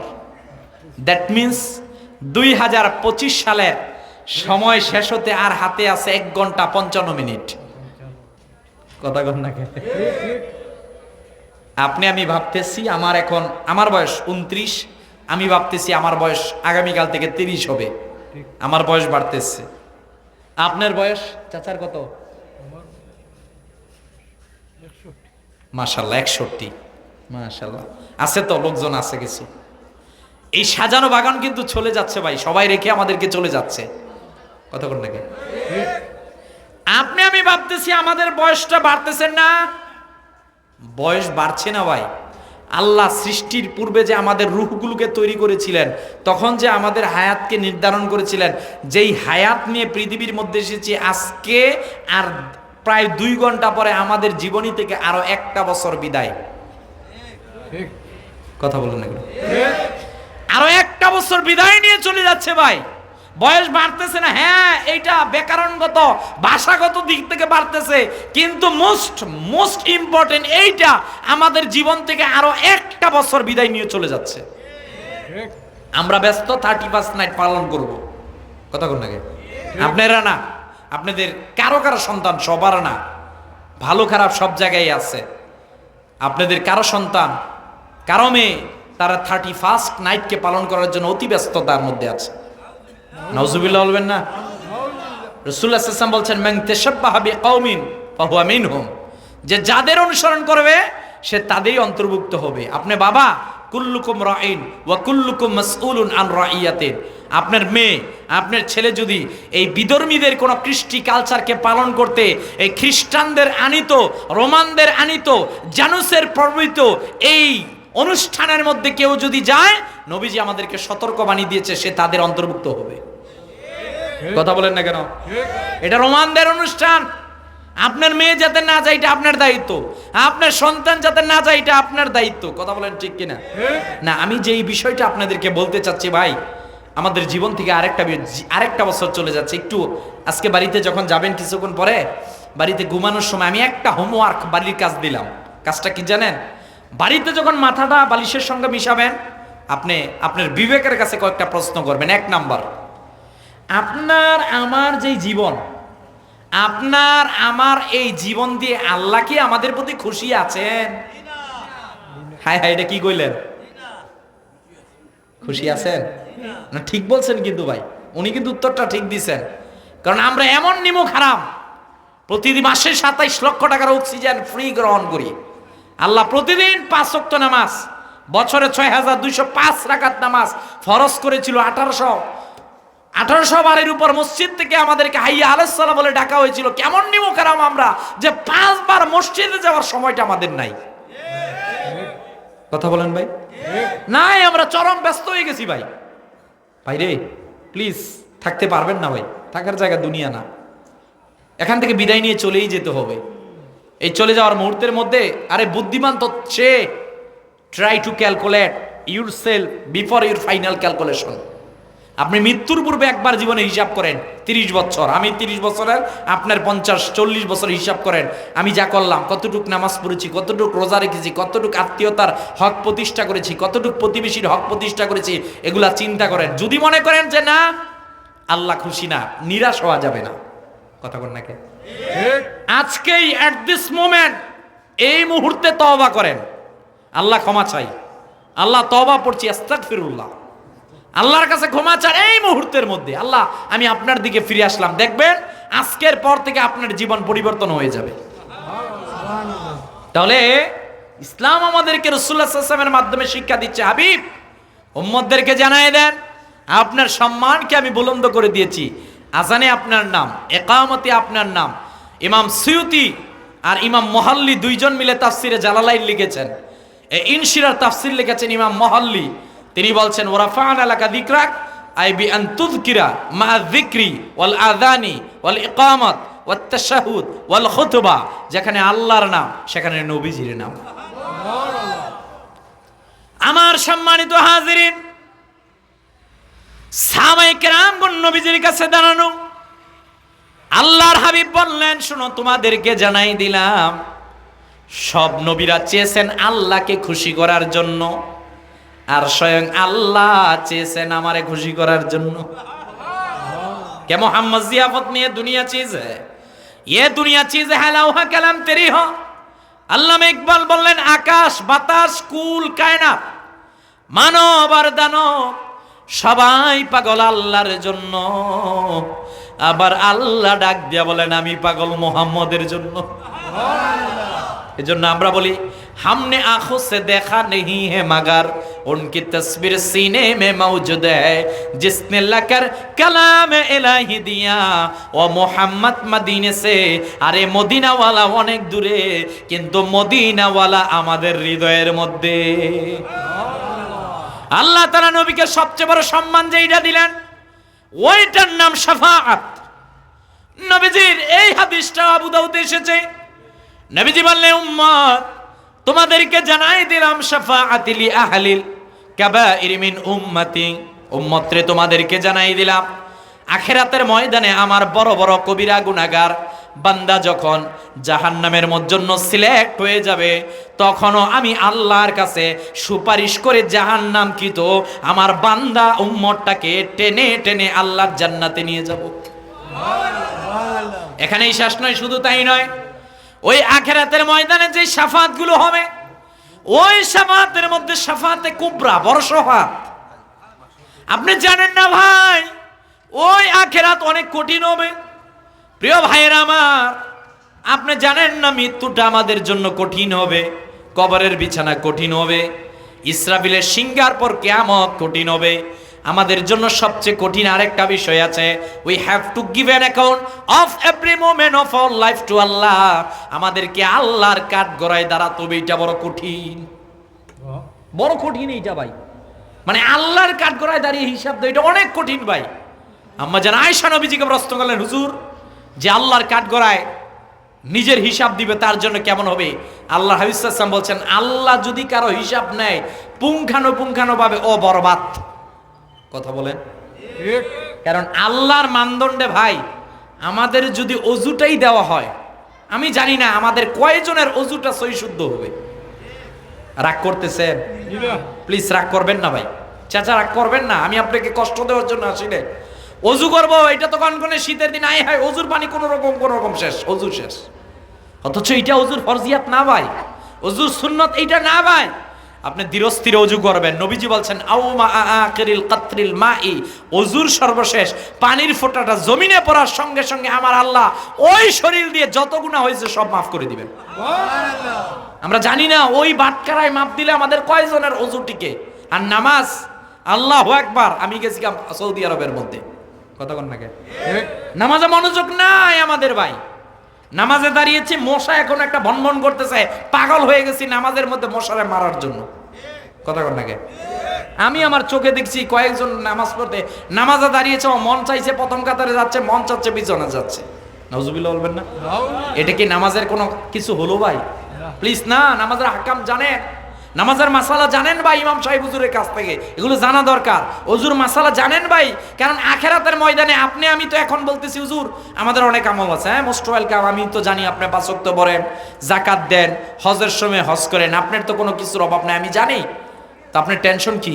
বলছে হুজুর টেনশনটা এক জায়গার মধ্যে, আল্লাহ কবুল করবি না। ওই দিন যদি আল্লাহ ডাক দেয়, বলে তোর জীবনের একদিনের উজুও হয় নাই, নামাজও হয় নাই, তুই যে হজ করেছিলি হাজি উপাধির জন্য, তুই যে যাকাত দিয়েছিলি মানুষের বাহবা পাওয়ার জন্য, তোর কিছুই আমি আল্লাহর দরবারে কবুল হয় নাই।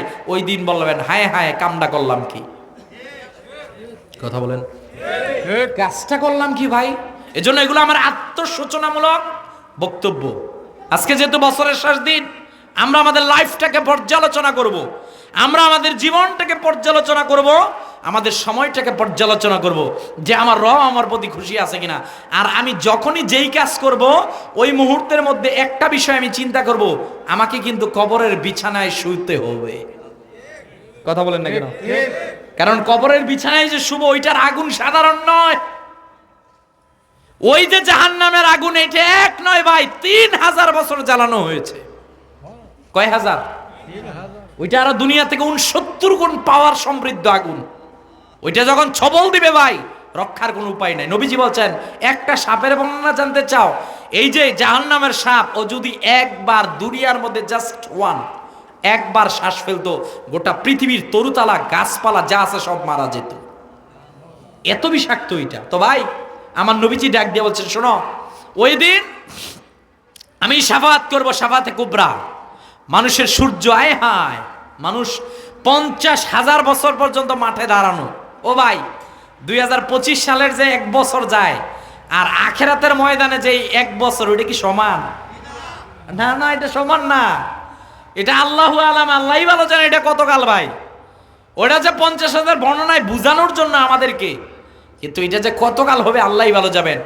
সব নবীরা ফেল, আমাদের নবীর কাছে যাওয়া হবে। এক পৃষ্ঠাব্যাপী হাদিস ইমাম তিরমিজি উল্লেখ করলেন। শেষে আমার নবীজি বলবেন, ইশফা আলানা ইলা রাব্বিক। গিয়ে যখন সবাই বলবে, আমার নবীজি এইবার আল্লাহর কাছে বলবেন, আল্লাহ আপনি একটু আখেরাতের ময়দানের বিচারটা শুরু করে দেন। প্রিয় নবীজি সাল্লাল্লাহু আলাইহি ওয়াসাল্লাম আল্লাহর কাছে বলবেন, আল্লাহ ডাক দিয়ে বললেন, বন্ধু আপনি আর কষ্ট নিবেন না। 63টা বছরের জিন্দেগির মধ্যে আপনি দুনিয়ার মধ্যে এমন কোনো কষ্ট নেন নাই, আর কষ্ট আপনি নিবেন না, টেনশন নিবেন না। আজকে আপনি বলেছেন আমি বিচার কার্য শুরু করব, ওই দিন আমার নবীজির কথা শুনে আমার আল্লাহ সর্বপ্রথম বিচার কার্য শুরু করবেন। বলেন আল্লাহু আকবার। শাফাত করবেন নবীজি। আমি ওই দিকে যাচ্ছি না, শেষের আয়াতগুলোর তাফসীর করে দেই। শেষে আল্লাহ ওয়া রাফা'না লাকা যিকরাক, নবীর সম্মানের কথা বললেন। এরপর বললেন ফা ইন্না মাআল উসরি ইউসরা, ইন্না মাআল উসরি ইউসরা। এই আল্লাহর হাবিব সাল্লাল্লাহু আলাইহি ওয়াসাল্লামকে আল্লাহ তাআলা শিক্ষা দিলেন, নবী হে মুহাম্মদ সাল্লাল্লাহু আলাইহি ওয়াসাল্লাম, আমার একটা সিদ্ধান্ত, কষ্টের পরেই আছে স্বস্তি। সুবহানাল্লাহ কইদেন না? মানে কি রাতের পরেই আছে দিন। কথা বলেন না কেন? মানব জীবনের মধ্যে একটা বিষয় আছে, এখন পৃথিবীর মধ্যে এমন কোন মানুষ আপনি দেখাতে পারবেন না যার মনের মধ্যে ডিপ্রেশন নাই, দুঃখ নাই। কথা আমি বুঝাইতে পারিনি। বর্তমান পৃথিবীর মধ্যে সবচেয়ে বেশি ধনী যে, তার নাম ইলন মাস্ক। গত সপ্তাহে আবারও পৃথিবীর শ্রেষ্ঠ ধনী হয়েছে সে। ইলন মাস্ককে যদি গিয়ে বলেন আপনার কি কোনো দুঃখ আছে, কারণ আপনার তো ডলারের অভাব নাই, হীরা মুক্তার অভাব নাই, আপনার কি কোনো দুঃখ আছে? বলছে আমার দুঃখ ছিল না, ডোনাল্ড ট্রাম্পকে আমি বিশ্বাস করে নির্বাচনে পাশ করাইছিলাম, ও পাশ করে আমার সাথে পল্লি মারছে। আরে কথা ঘন্টাকে ও কি করছে? পল্লি মারছে আমার সাথে, এইটাই আমার দুঃখ। আর বাংলাদেশের মধ্যে যারা সবচেয়ে ধনী, এদের কাছে যদি গিয়ে বলেন যে আপনার কি কোনো দুঃখ আছে, কয় দুঃখ কি, আমি তো জেলখানায় বসে আছি। তো জেলখানায় যে থাকে আর কি দুঃখ না সুখ? দুঃখের মধ্যে না। পৃথিবীতে আল্লাহ তাআলা মানুষকে তৈরি করেছেন, তবে এই মানুষের মধ্যে ডিপ্রেশন আসে। মনে রাখবেন, একজন মুমিনের জীবনের মধ্যে তার ডায়েরির মধ্যে ডিপ্রেশন বা হতাশা বলতে কিছু থাকবে না। ডিপ্রেশন কি জানেন? আপনার এবং আল্লাহর মাঝখানে দূরত্ব। আপনার সম্পর্ক যখন আল্লাহর সাথে হবে, আপনার ডিপ্রেশন আসবে না। আপনার সম্পর্ক যখন আল্লাহ থেকে দূরত্ব তৈরি হয়ে যাবে, আপনি যখন নামাজ পড়বেন না, আপনি যখন কোরআন তেলাওয়াত করবেন না, আপনি যখন মা বাবার খেদমত করবেন না, আপনি যখন বছরে যাকাত দিবেন না, আপনি যখন আল্লাহর দেখানো পথ মান্য করবেন না, আপনি যখন নবীজির সুন্নত পালন করবেন না, আস্তে আস্তে শয়তান আপনাকে গ্রাস করবে। যখন শয়তান আপনাকে গ্রাস করবে, তখন আপনি নামাজ পড়বেন, সিজদা দিবেন, কিন্তু নামাজ পড়তে ভালো লাগবে না। কথা বলেন না কেন? ফাওয়াইলুল লিল মুসাল্লিন, এইটার কথাই আল্লাহ বললেন। এইটা মুমিনের জীবনে এক নাম্বার ডিপ্রেশন বলতে কোনো কথা নাই। আপনার জীবনে হতাশা আসবে ভাই, ওই হতাশার মুহূর্তের মধ্যে আপনাকে ফিরে যেতে হবে একজনের কাছে। তিনি কে? আল্লাহ বলছেন কষ্টের পরেই কিন্তু তোমার জন্য শান্তি আসতেছে। এই শান্তিটা কি ভাই? এটা রাসূলুল্লাহ সাল্লাল্লাহু আলাইহি ওয়াসাল্লামের মাধ্যমে উম্মতদেরকে শিক্ষা দিলেন। দেখেন, প্রাথমিক অবস্থায় কাফেরেরা নবীজির সবচেয়ে বেশি বিরোধিতা করেছিল। কথা বলেন। শেষ বিজয়ের হাসিটা কিন্তু মুহাম্মদ সাল্লাল্লাহু আলাইহি ওয়াসাল্লাম এসেছিলেন। কথা বলেন না কেন? আল্লাহর হাবিব সাল্লাল্লাহু আলাইহি ওয়াসাল্লাম মক্কা থেকে, মদিনা থেকে মক্কায় ফিরলেন। আল্লাহর ঘর কাবার সামনে কাফেরেরা দাঁড়ানো। এখনো যারা মুসলমান হয় নাই, আল্লাহর হাবিব সবাইরে ডাক দিয়ে বললেন মক্কার কাফেরেরা আসো। সবাই নবীজির সামনে দাঁড়ালেন। নবীজি ডাক দিয়ে বললেন তোমাদের আমার ব্যাপারে কি রায়? সবাই একটা কথা বারবার বললেন, ইয়া রাসূলুল্লাহ, আপনার ব্যাপারে রায়, আপনি আমাদেরকে মৃত্যুর জন্য রায় দিবেন। আল্লাহর হাবিব ডাক দিয়ে বললেন শোনো শোনো, এই মক্কা থেকে তোমরা আমাকে কষ্ট দিয়ে এখান থেকে যেতে বাধ্য করেছিলা, আবার আমি আজকে এই মক্কার মধ্যে ফিরেছি বিজয়ের বেশে। আল্লাহ শিক্ষা দিলেন বন্ধু, যখন কষ্ট আছে, কষ্টের সাথে সাথেই আবার আছে মুক্তি। সুবহানাল্লাহ না? আপনাকে একটা জিনিস বুঝতে হবে, দুঃখ যেখানে আছে সেখানে সুখ আসবে। কথাটা আল্লাহ দুইবার বললেন। যে আল্লাহ তাআলা বললেন ফা ইন্না মাআল উসরি ইউসরা, আরেকবার বললেন ইন্না মাআল উসরি ইউসরা। দুইবার আল্লাহ তাগিদ দিলেন, এই কষ্টের পরেই কিন্তু তোমাদের জন্য শান্তি আছে। এজন্য আমরা যখন ডিপ্রেশনে পড়বো, ডিপ্রেশনে পড়ে আমাদের জন্য একটা আমল আছে। আমলটা কি জানেন ভাই? ইয়া আইয়ুহাল্লাযীনা আমানুস্তাঈনু বিস-সাবরি ওয়াস-সালাহ। এক নাম্বার ধৈর্য ধরা, দুই নাম্বার নামাজ পড়া। কথা বলে ঠিক। ভাই আমরা বিপদে পড়ে কি করব এটা বুঝা গেছে 1 মাস আগে যে বাংলাদেশ একটা ভূমিকম্প হয়েছিল, আপনাদের দিকে হয় নাই না? হয়েছিল। আরে ভাই, স্বামী তার স্ত্রীকে অনেক ভালোবাসে, আমরা দেখলাম স্বামী স্ত্রীটাকে নিয়ে শপিং করতে বাজারে গেল, জাস্ট 5.7 স্কেলের ভূমিকম্প, একটু নড়তেছে, নিজের আপন স্বামীটা স্ত্রীর হাত ছেড়ে পালিয়ে গেছে। কতক্ষণ না স্বামী ডাক দিয়ে বলে, তুমি না আমার অনেক ভালোবাসো, বাসর রাত্রে না অনেক কথা বলছিলে আমার অনেক ভালোবাসা, ভালোবাসা কোথায় গেল? কয় জানো না তুমি জান বাঁচান ফরজ? কতক্ষণ না জান বাঁচানো কি ফরজ? আরে ভাই, ওই ভূমিকম্প হলে, বাড়িতে আগুন লাগলে, বিপদ আসলে আপনি যদি তখন ধৈর্য ধরতে পারেন তাহলেই তো আপনি মুমিন। কথা বলেন। বিপদে ধৈর্য হারা হয়ে গেলে আপনি মুমিন হতে পারবেন না। আল্লাহ শিক্ষা দিলেন, যত বড় বিপদ হোক, দুনিয়ার সব রাস্তা বন্ধ, টেনশন নাই, দুনিয়ার সব রাস্তা বন্ধ হয়ে গেল, আমি আল্লাহর রাস্তা তোর জন্য বন্ধ হয় নাই। দুনিয়ার সবাই তোর বিরুদ্ধে, ৯০০ কোটি মানুষ বিরুদ্ধে, আমি আল্লাহ তোর পক্ষে, তোকে ৯০০ কোটি মানুষ কিছুই করতে পারবে না। কথা বলেন ভাই।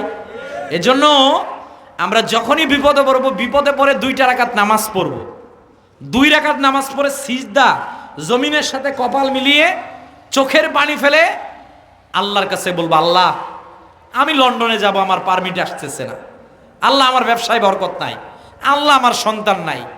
আপনি রহমান, আল্লাহর সিফাতি নামগুলো বলবেন, আপনিই দিতে পারেন আল্লাহ, আপনি ছাড়া কেউ দিতে পারে না। চোখের পানি দিয়ে জমিন ভিজান, আল্লাহ চোখের পানি আর ভিতরে ইখলাস থাকলে আপনার মোনাজাতকে আল্লাহ কবুল করে নেবেন।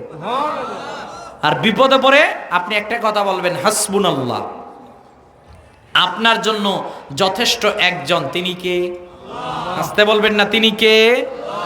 ইব্রাহিম নবীর স্লোগান হাসবুনাল্লাহ, মুসা নবীর স্লোগান হাসবুনাল্লাহ, আমাদের নবীর স্লোগান হাসবুনাল্লাহ, সাহাবায়ে কেরামদের স্লোগান হাসবুনাল্লাহ, আমাদের মুমিনদের স্লোগান হবে হাসবুনাল্লাহ। আপনি নেন ভাই, এই বিপদে পড়ে ডিপ্রেশনের মধ্যে না পড়ে আপনি দায়িত্ব পালন করেন। তবে ডিপ্রেশন কখন হয় জানেন ভাই? যখন মানুষ একাকিত্ব থাকে, একাকিত্ব অবস্থায় মানুষ যখন তাকে শয়তান ওয়াসওয়াসা দেয়। আজকে গোটা পৃথিবীর মধ্যে তাকিয়ে দেখেন মানুষ, বিশেষ করে ইউনাইটেড স্টেটস অফ আমেরিকা কিংবা লন্ডনের দিকে তাকিয়ে দেখবেন, এটা আমরা বলি the age of science and technology. হ্যাঁ, আমাদের ধন সম্পদ টাকা পয়সার কোনো কিছুর অভাব নাই, কথা ঠিক, কিন্তু আমাদের মনের ভিতরে একটা জিনিস নাই, তার নাম হচ্ছে শান্তি। আমি কি ভুল কিছু বললাম? শান্তি নাই ভাই আমাদের।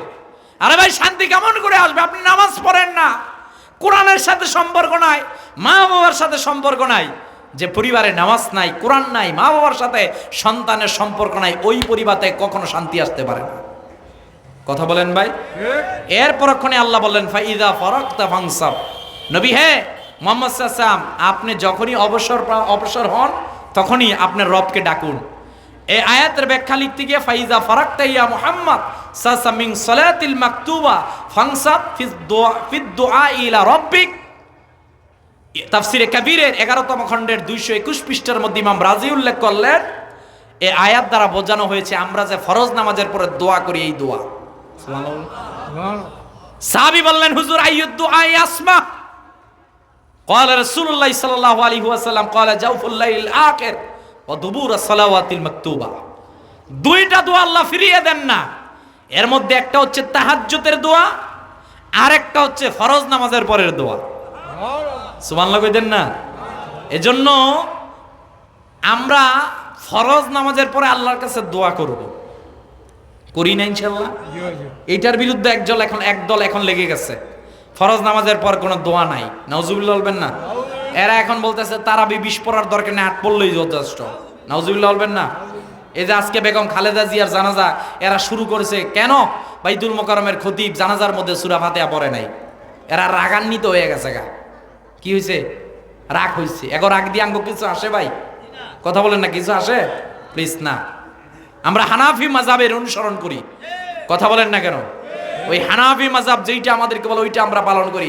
তো ভাই বলছি, ফরজ নামাজের পর রাসূলুল্লাহ সাল্লাল্লাহু আলাইহি ওয়াসাল্লাম আমাদেরকে আমল শিক্ষা দিলেন, মান ক্বারা আয়াতুল কুরসি ফি দুবুরি কুল সালাতিন মাকতুবা লাম ইউমনা মিন দুখুলিল জান্নাহ ইল্লা ইয়ামুত। আল্লাহ হাবিব সাল্লাল্লাহু আলাইহি ওয়াসাল্লাম বলছেন, ফরজ নামাজের পর পড়ো আয়াতুল কুরসি, দুনিয়া থেকে জান্নাত পর্যন্ত মৃত্যু ছাড়া তোমার কোনো বাধা নাই। সুবহানাল্লাহ বলবেন না? একটু দুরূদ শরীফ পড়েন, আল্লাহুম্মা সাল্লি। ভাইজান আমার তো কোনো কালেকশন নাই, আছে 10 মিনিট, আমি তো 40 জনের। ওয়ালা আলি মাওলানা। শেষে আল্লাহ বলছেন ওয়া ইলা রব্বিকা ফারগাব।